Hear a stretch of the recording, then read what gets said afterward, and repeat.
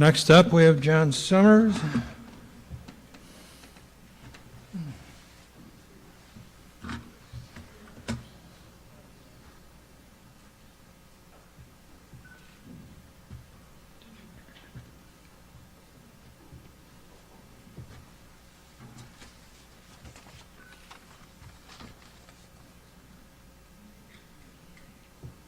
All right, John Summers with Motor Racing as a Mediated Experience. Okay. Use the arrows. All right. Okay. Thank you. All right. Thanks. All right. Thank you very much, Bob, and thanks for coming, everybody, and for listening to me. My name's John Summers. I'm a teaching assistant at Stanford University. And my presentation's about motor racing as a mediated experience. All right, the slideshow kicks off. A few years ago at this conference, delegates were amused by the way in which the same image cropped up at the beginning of 3 or 4. Oh, my slideshow's not there. I've not got my slide there, Bob. How do I do that? I toggled off the slide. Let me read on for the sake of time here whilst you come and fix that. We used this image before. Most people who've been here before will have seen this image before, and each presenter was seeking to go back to the beginning of motor racing, and to illustrate this, we used an image of Le Petit Journal, a French newspaper which organised what's now considered the first motor race. That each historian should use the same image of from the same media outlet illustrates how racing has been a mediated experience from its very inception. That is to say, there has always been the race, the driver, the car, and the reporter. We historians tend to talk about the former three.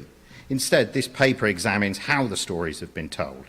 It's worth talking about because of the current revolutionary changes in automotive media. At first, motor racing was mediated by journalism and illustration. The car came of age in an era before radio, TV, the internet and smartphones, maturing alongside these transformative technologies. However, while illustrations or photographs were common to almost every 20th century publication about motor racing, there were perhaps only 1 or 2 images to illustrate an entire motor race or a completely new car. Minor stories typically had no illustration. The fullest impression of the event or vehicle in the story came from the written word. The denseness of the text is illustrated in these images. So my point here is we've magazines from about 75 years of history from 2 sides of the Atlantic, and you've got the same whole bunch of text, few black and white photographs. To properly discuss the written sources of motor racing, newspapers, magazines and books, and to survey the thousands of automotive writers and publishers thoroughly would require a paper similar in length to this one that I'm giving today. So today my focus is on the present and the future. But what can be said is that throughout the 20th century, innovations in print and distribution steadily increased the reach and scope of racing-themed written word and still photography media. But while many of the first images of the car and racing were painted or drawn, the first photograph was taken in 1825, and cameras were available to well-to-do 11-year-old boys by 1912. Hence this very famous Lartigue image. That he was 12 when he took the picture there, or 11, I think. Until the 1970s, these images were typically grainy and black and white, and I've got a contrast there, 20 years apart of motorsport there. The technologies of photography and the car evolved in tandem, developing slowly in the 19th century before becoming the defining technologies of the 20th. Cars, racing, and the people around racing have always been considered glamorous and associated with good living. As a zeitgeist technological object, racing cars are marvellous to photograph and even better to film. Can you see that's Phil Hill taking a photograph of the Monaco Grand Prix there as a fan, and this photograph book that Road and Track put together here were the photographs that he took as a racing fan in the 1950s. Because fundamentally what we're talking about here is the human adventure. And I want you to look closely into Bruce Anstey's eye there, because I feel like this photograph captures the human adventure almost better than any other single thing I could think of. Now, I did have sections on the moving image, you know, evolution of cinema, and I wrote a really interesting section on the people that tell us the stories of motor racing, people like Murray Walker and Chris Economaki and Darrell Waltrip, and those were the three examples that I was going to use, but I don't have the time to cover those, and I really want to talk about the contemporary and the future. So I'm going to talk about the state of the nation here, and I'm going to focus on Mark Martin, who's already got a mention, and I know he's very well loved around Watkins Glen. That's why I picked on him particularly. And fundamentally, what I'm talking about here is I have a worry that motor racing's place in posterity is, you know, I worry about what's going to happen after our generation is gone, basically. With cars becoming as ubiquitous and functional as microwave ovens, I worry that people born today will not see our sport as worthwhile. I believe the way to show its value is to tie the great engineering and racing stories of the past to living artifacts, the cars that have survived. Thinking about effective methods and platforms for storytelling means that I noticed how the automotive and motor racing storytelling has evolved in an age of YouTube and of streaming media. And we can even see that within our conference, that our conference has evolved in the last couple of years to deliver, well, on this occasion, to deliver some streaming media. So I first want to talk about the continuous feed. One very obvious recent development is the idea of the continuous feed. By this I mean that there are so many cameras in cars at tracks and covering the race itself that no missed gear shift, fender rub, or expletive over the team radio goes unrecorded. It sits there, ready to be dissected, played 1,000 times over in frame-by-frame slow motion. This is an almost perfect data set, and it must be almost unprecedented in human history, and it's available in perpetuity for future historians. One YouTuber, a Mark Martin fan, traces his driver's many close failures to win the NASCAR championship in precise, point-by-point, agonizing detail. In case that's not enough information, Mark himself tells us the story as he travels the country in his RV. And this is his podcast. I knew nothing about that. He does it season by season, you can see there. More, we have the telemetry results from cars. Were the Ferrari Formula One team to provide access to the data set to a biographer of Fernando Alonso, questions about how or why or where he was better than his teammates could be answered in terms of raw cornering speed, braking point and shift point data. Not only would we know how much better Alonso was, we could probably measure it in terms of seconds per lap. We also have live real-time commentary on social media. The impassioned reactions of a moment, "I can't believe Verstappen turned in on Hamilton," are there in digital immortality on Twitter or Facebook, documenting the feelings of spectators and participants during the race, not just afterwards. Oh, I pushed the button then and it worked anyway.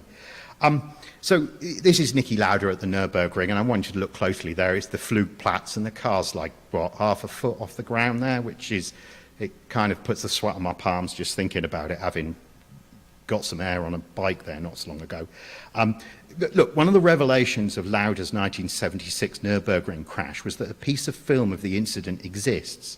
It was shot by a spectator on his personal cine camera. In the mid-70s, this kind of unofficial filming was uncommon. Now it's ubiquitous. Unless creators diligently upload to social media platforms, accessing this massive repository is impossible. Even when shared, searching this material is much like combing through microfiche of newspapers, which was the principal research tool of my teens and 20s. And it was dull and time-consuming. The massive archive of personal smartphone videos are akin to the family photo album of the 20th century. It's in your mum's attic, it's covered in dust, it's an undiscovered archive. The result of this information overload in Formula One has led to a development which far predates both cars and any communications technology, and speaks to the way that we humans truly communicate with each other and find meaning in the world around us. Formula One Drive to Survive takes its storylines from Formula One, but packages them in an accessible way for a new audience. This novel form is a story. And indeed, the show plays like a soap opera, a fable over facts with stylized villains and heroes. We may feel this is banal, but it's proved a huge hit and has increased the viewership of Formula One. Events that were previously impossible to cover properly can now be covered. The Isle of Man TT with its 37-mile lap, or Le Mans taking place in rain and at night, were difficult, indeed impossible to cover properly in the 20th century. Now it can be done. One-off events like the Indy 500 have a fresh appeal due to the limited time commitment favoured by our ever busier society. This is in contrast to NASCAR or Formula One with their 9-month-plus seasons demanding a high level of commitment to sitting on the couch and watching TV. YouTube is a truly revolutionary technology in the study of motor racing history. This is because it's become probably the largest repository of racing content in the world, where anyone can watch the live feed of races and judge for themselves how good each driver was. Understanding Fangio's career is about assessing secondary sources and race results. Assessing Senna's career can be done by watching each of his Grand Prix drives. It cannot be understated how compelling the shift from secondary to primary source is for a historian. This can be expressed a different way. Apart from a few of his cars and his mechanics' advice on the back pages of magazines, almost all of the genius that was Smokey Yunick is gone. Today, Formula One aerodynamicists build their resumes with the insights they deliver in YouTube videos. During the pandemic, YouTube was solidified as the place to learn to fix your car. Searches like brake job on 2012 Camry or radiator change on E46 BMW yield meaningful results. Why pore over a manual when 5 minutes watching a video shows you exactly what needs to be done? This tutoring is free, make and model specific, can be paused and rewatched infinite times, and even allows questions to be asked in the comments section. It's hard to grasp the scope of the revolution in information, narrative, and teaching that this represents. For the last 10 years, I've co-tutored a class called Tales to Design Cars By. In this time, my material, the students, and the automotive world have each evolved considerably. At first, I used to use a clip of the seminal Steve McQueen movie Le Mans to frame my approach and introduce myself, and the movie still forms part of the class today. Back in 2013, McQueen's movie making, and with the Porsche and Ferrari and their 5-litre V12 engines as central characters, remained unusual and distinctive. In 2021, one student commented that if he wanted an immersive oral experience, I'd just watch a 787 on board, referring to the Mazda 787 Rotary, of which there are many films on YouTube and considered by many under the age of 30 to be, quote, the best sounding car, close quotes. In the life of my class, McQueen's work has been eclipsed by the breadth and depth of YouTube. More, YouTube has allowed scope to do more with a given story, to weave race footage and contemporary content into pithy narratives, explaining nuanced events and races. Illustrations of this are Super 100 mile an hour's Bathurst histories, focusing on a particular driver or car, and Aidan Millward's Formula One site. This has also created absurdities such as Hot Wheels racing as a spectator sport, so that is a 1/64th scale die-cast in the bottom right. In a way, these people are eating our lunch, as I discussed in my NASCAR Pixar presentation at this conference a few years ago. Truthfully, however, I have to say I think it's fabulous that so many people are doing motorsport history, talking and thinking about cars, racing, and how to document it. Over the past decade, especially through the pandemic, a distinctive culture of car YouTubers has developed. This culture evolved as YouTube began to pay creators meaningful incomes. This is Hoovie, Tyler Hoover, a Kansas-based 30-something and a talented pitchman with an un-American willingness to laugh at himself and a deep, passionate love of modern, semi-collectible cars in need of work. Sprouting from his success are a number of other Wichita-based automotive YouTubers, Hoovie's Mechanic, The Car Wizard, and various other shameless wannabes who launched their channels by buying one of Hoovie's unrepairable hoopties. This phenomenon is not unique. There's another group based in Utah. Absurdly, one YouTuber, The Life of Palos, P-A-L-O-S if you're interested, provides daily updates on the doings of these various automotive YouTubers. Many of these YouTubers became popular during the pandemic, specifically when they bought a Lamborghini.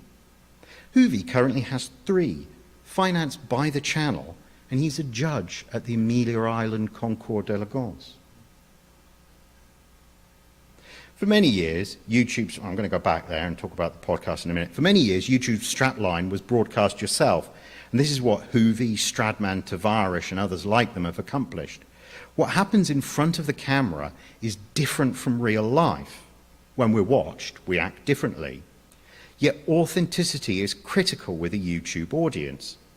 Hoovie's filmmaking is hammy, his jokes are scripted and unfunny, but the man, his passion, and his car adventures feel authentic, and that's what keeps viewers coming back. In many ways, this is just the same as car guys will tell you at shows, from Good Guys to Pebble Beach. You come for the cars, but you stay for the people. I've talked extensively about YouTube because this is the archive in which I'm immersed. It's important to highlight other forms of emerging motor racing narrative, such as podcasts and audiobooks. This long-form, non-visual content opens up a broader audience for in-depth content. In many ways, this is the ultimate environment for bench racing. Certainly, Dale Earnhardt Jr. never seemed more in his element than on his podcast, chatting with NASCAR figures of his father's, and his grandfather's generation. Long, complicated stories which perhaps could not be told decades ago can now be revealed. The classical art of rhetoric, the spoken word standing alone, is valid once again. The challenge with audio sources is the concentration required to process the dense volume of information. In other words, it's easy to become lost and hence bored. This Mario Rossi, I thoroughly recommend this podcast. If you've any interest in the history of NASCAR, this is an absolutely ripping, awesome story of a disappeared engine builder and the whole Miami Vice scene of southern Florida in the early 1980s. Absolutely awesome, awesome story. The rise and rise of the Goodwood Festival shows the enormous mass market appeal motorsports heritage can have. This will surely grow when most cars are silent and odorless. The horsey people with their racing and dressage and specialist haulers and even their special laws. Did you know that in Kentucky you can drive an 18-wheeler on your car license? True story, you can drive an 18-wheeler on your car license, but only if it's towing horses. Only if it's towing horses. So in other words, the horsey people, they need to be a prototype for us, as James talked about. While the Pebble Beach and Amelia Island events have boomed, many car museums are being dissolved and the struggle to remain solvent and relevant. Cars and coffee style events where you arrive when you want, leave when you want, have become prevalent. That's how we do the car hobby at the moment. And I wonder if that's not going to have an effect on what's collected and what's valued, since traditionally racing cars were considered the most valuable collectible cars, but you can't very well drive a Can-Am car or a Shadow Formula One car to the local Cars and Coffee. And one wonders how long those cars are going to retain that level of collectability, given that. Driving video games represent a completely different way to experience motorsport. Each year, a friend and I have a fantasy bid at the Pebble Beach auctions. I'm not a gamer. He is. He was bemoaning the colour of a rough CTR. It was powder blue. You may have seen it. Gooding had it. I expressed surprise that he should be interested in a hot rod Porsche that was considered vulgar by contemporaries and is collectible now simply due to the tiny numbers produced. He responded, "But don't you remember, dude? Gran Turismo, they didn't license Porsches, but roof, they were licensed. That's why everyone wants roofs now." And if you Google up some prices for them, if you'd owned a roof 10 years ago, my word, you've seen some price inflation recently. And again, today, the creator of Gran Turismo judges at Pebble Beach, and the collectability of modern classics is driven by gaming culture from 20 years ago.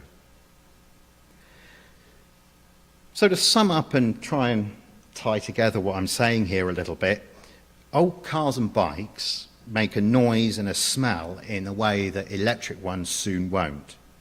Racing cars and bikes are exciting as kinetic sculpture, with the stories of racing, while the stories of racing are eye-popping in an age where personal safety and responsibility trump audacity and adventure. This renders our history of interest to future generations. Today, anyone can do history. The archive method is in your pocket or right now in my hand. However, the skill and diligence of a trained and experienced historian is not so readily available. This means that curation and evaluation skills are more important than ever. The opportunity for historians is greater than ever. Now and in future, we can document in ways undreamed of by future generations. The mechanism to do that is by telling a good story. Just want to conclude now by offering a word on Fred Simeone, who we lost just earlier this year. When I first heard the news, my thought was, now he's gone, who will step into the breach? And just those of you who don't know who he is, probably the finest collection of unrestored racing cars in the world. If not the finest, he and Miles Collier, between the two of them, without doubt, the finest. So this is somebody who's very much, you know, I would regard as a patron saint of the conference almost. And my thought was, since Fred's gone, who's going to step into the breach? Who's going to take his place? He thought so carefully and deeply about racing cars, amassed such a significant connection, influenced the thinking of the whole movement with his passion for unrestored racing cars. This person can't be replaced. But upon further reflection, I've come to the conclusion that while I'm not Fred, and I never will be him, except for folk like us in this room, there's nobody else. So I'm going to do my best to continue Fred's work and carry on telling stories about racing cars and racing drivers. Thank you all for listening.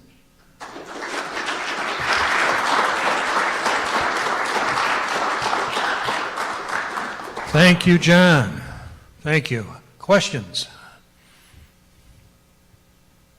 Anybody? Questions? I think you explained everything. All right, I'm thorough. More likely we're dumbfounded. Anyone? Okay, we're going to take a break. Need to